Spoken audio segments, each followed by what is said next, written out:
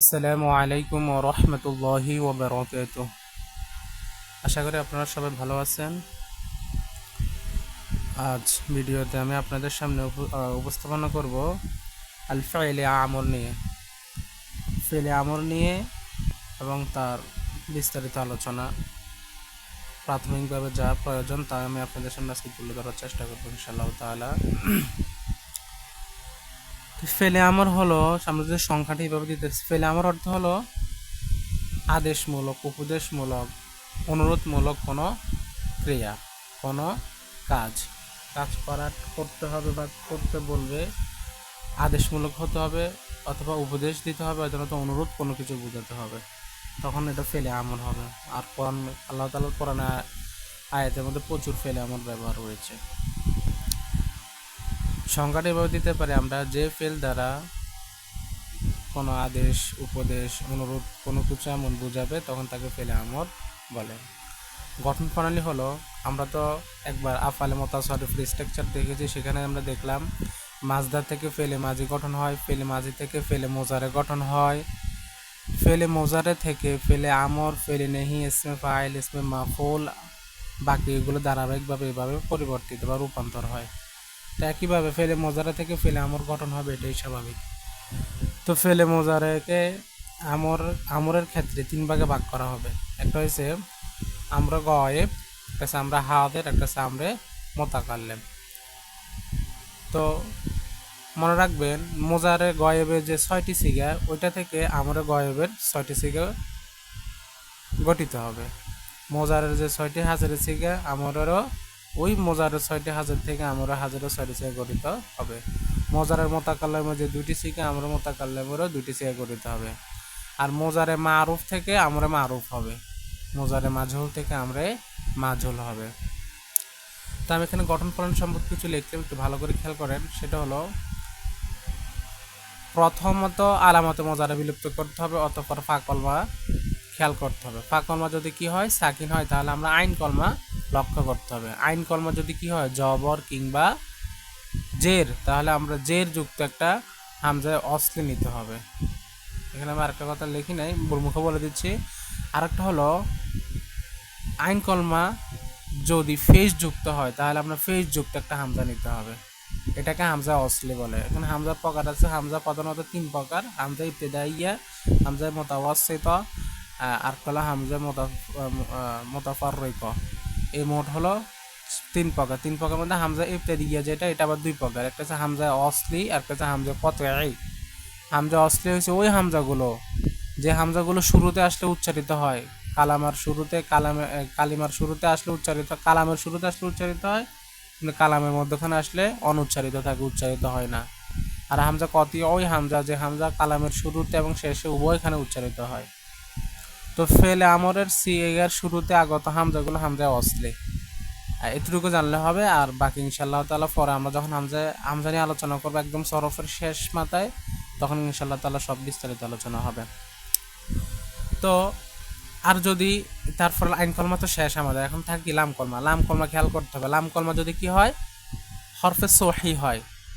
এখন হরফে সহি শিখতে হবে আপনাদের। হরফে সহিটা কি, একটু ভালো করে আমি হালকা থিম দিই।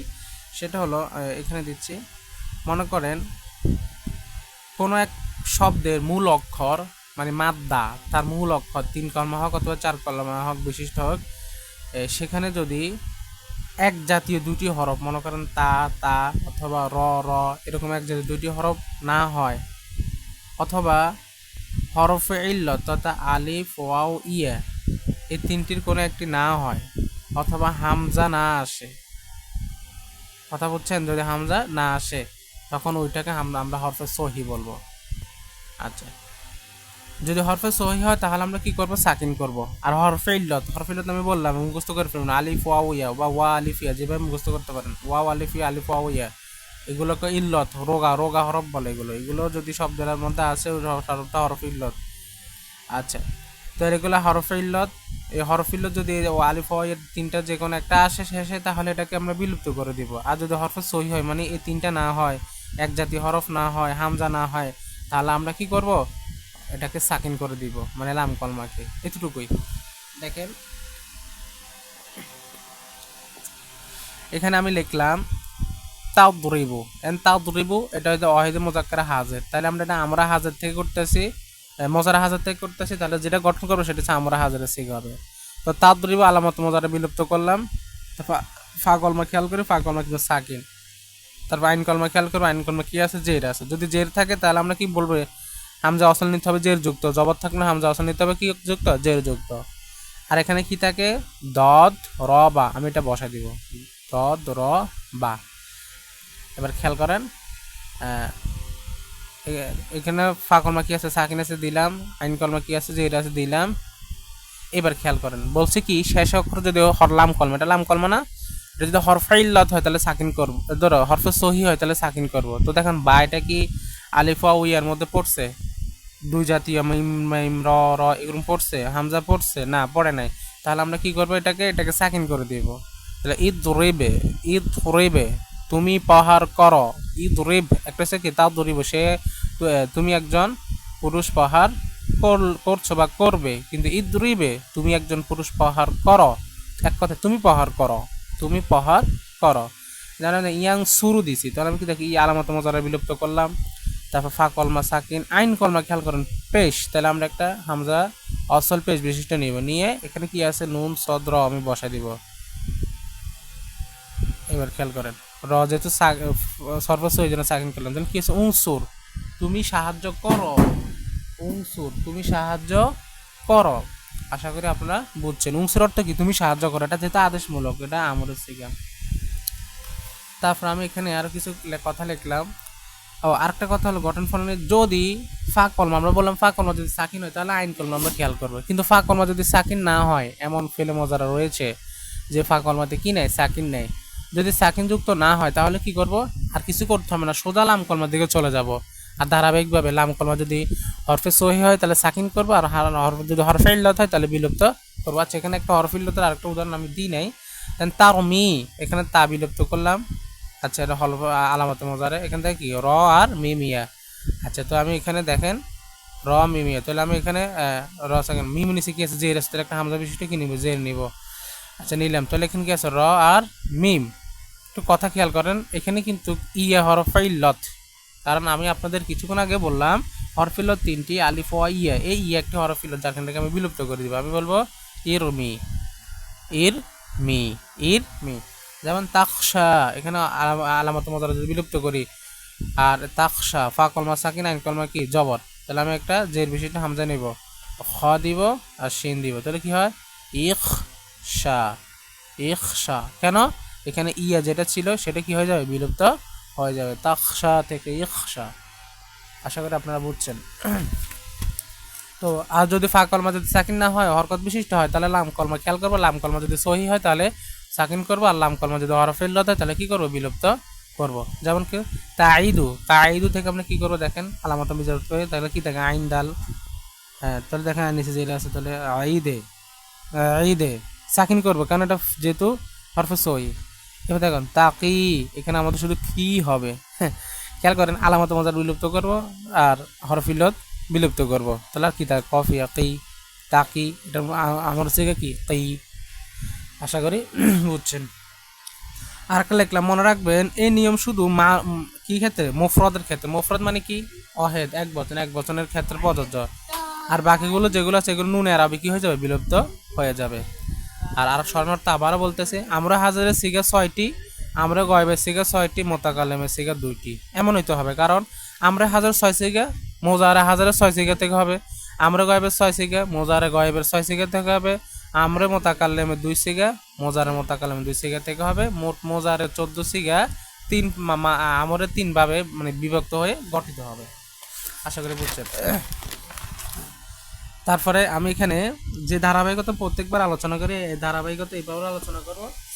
আমারের মূলত স্ট্রাকচার অনুসারে বহস হলো 6টি, কিন্তু তাকিদের রয়েছে আরো 6টি। আমরা এই হিসাবে বলতে পারি মোট আমরের বহস কয়টি, 12টি। একটা হচ্ছে আমরা হাজের মারুফ, একটা হচ্ছে আমরা হাজের মাজহুল, একটা আমরা গয়েব মারুফ, একটা আমরা গয়েব মাজহুল, একটা আমরা মোতাকাল্লিম মারুফ, একটা আমরা মোতাকাল্লিম মাজহুল। কিন্তু তাকিদ দেওয়ার জন্য বাকি আরো 6টি বহস রয়েছে, যেটা হচ্ছে আমরা হাজের মারুফ বিনুনে সকিলা, আমরা হাজের মাজহুল বিনুনে সকিলা।